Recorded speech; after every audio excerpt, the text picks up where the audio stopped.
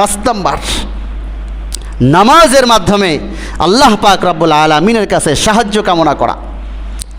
কোরআনুল কারীমের 2 নম্বর সূরা বাকারা এর 45 নম্বর আয়াত আল্লাহ তাআলা বলেন, ওয়াস্তাঈনু বিস-সাবরি ওয়াস-সালাহ ওয়া ইন্নাহা লাকাবীরাতুন ইল্লা আলাল খাশিঈন।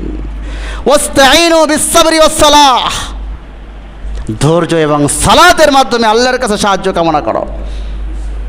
আল্লাহ তাআলা বলেন, যদিও কাজটা একটু কঠিন মনে হতে পারে, কিন্তু যারা খাশিঈন, যারা আল্লাহ তাআলার কাছের বান্দা, আল্লাহর ভয় যাদের কলিজায় আছে, তাদের জন্য এই কাজটা কোনো কঠিন কাজ না।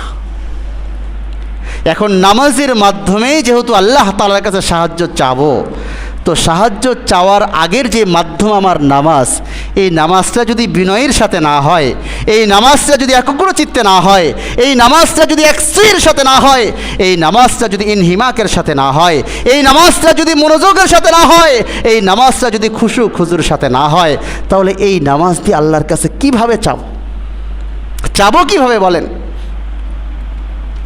এটা হচ্ছে 5 নম্বর।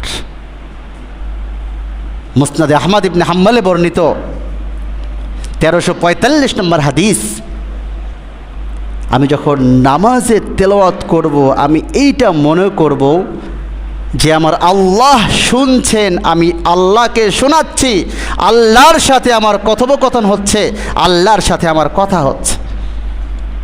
বান্দার কথা কার সাথে হচ্ছে বলেন? জোরে বলেন, বান্দার কথা কার সাথে হচ্ছে? বান্দার কথা তার মালিক আল্লাহর সাথে হচ্ছে। এখন বান্দা তার মালিক আল্লাহর সাথে কিভাবে কথা বলবে বলেন? আমার কথা আমার মালিক আল্লাহর সাথে হচ্ছে, তো আমার কথাটা কেমন হওয়া উচিত? কতটা বিনয়ের সাথে হওয়া উচিত, কতটা নম্রতার সাথে হওয়া উচিত, কতটা গোলামানা ভাব নিয়ে হওয়া উচিত যে আল্লাহ, আমি তো কিছুই না, আপনার কুদরতি কদমের সামনে দাঁড়াইছি। 6 নম্বর, নামাজে খুশু খুজু ধরে রাখার জন্য 6 নম্বর, যখন নামাজে দাঁড়াবো, আমার জীবনের সমস্ত অপরাধগুলোকে কল্পনার জগতে নিয়ে আসবো। আল্লাহ, আমি অপরাধটা করে ফেলেছি, আল্লাহ এই অপরাধটা আমি করে ফেলেছি, আল্লাহ আমার দ্বারা এই অপরাধটা হয়ে গেছে,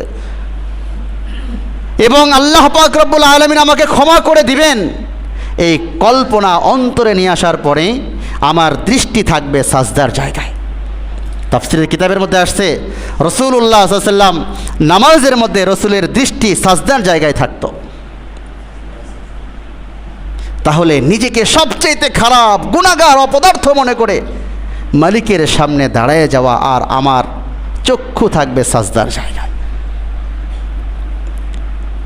ইমাম গাজালি রাহিমাহুল্লাহ আনহু বলেন, যদি এই 6টা বিষয় কেউ ফলো করতে পারে, তাহলে তার সালাতটা, তার নামাজটা খুশু খুজুর সাথে হওয়া সম্ভব, এবং নামাজ থেকে তার খুশু খুজু সরে যাবে না, নামাজ থেকে মনোযোগ সরে যাবে না, নামাজে মনোযোগ ধরে রাখা সম্ভব, নামাজে খুশু খুজু ধরে রাখা সম্ভব, নামাজে বিনয় ধরে রাখা সম্ভব, নামাজে আল্লাহ তাআলার সামনে দাঁড়ায় গেছি আর এটাই মনে করতে থাকা যে আল্লাহ আপনি ছাড়া আমার আর কেউ নাই।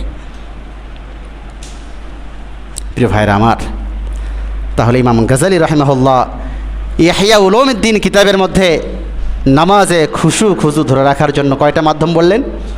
6টা। 1 নম্বর, উত্তম রূপে অজু করা, উত্তম রূপে অজু করে বিনয়ের সাথে নামাজে দাঁড়ায় যাওয়া। 2 নম্বর, স্পষ্টভাবে আস্তে আস্তে ধীর স্থিরতার সঙ্গে তেলাওয়াত করা। 3 নম্বর, সমস্ত ভক্তি শ্রদ্ধা ভালোবাসা সব নিয়ে মালিকের সামনে দাঁড়ায় যাওয়া।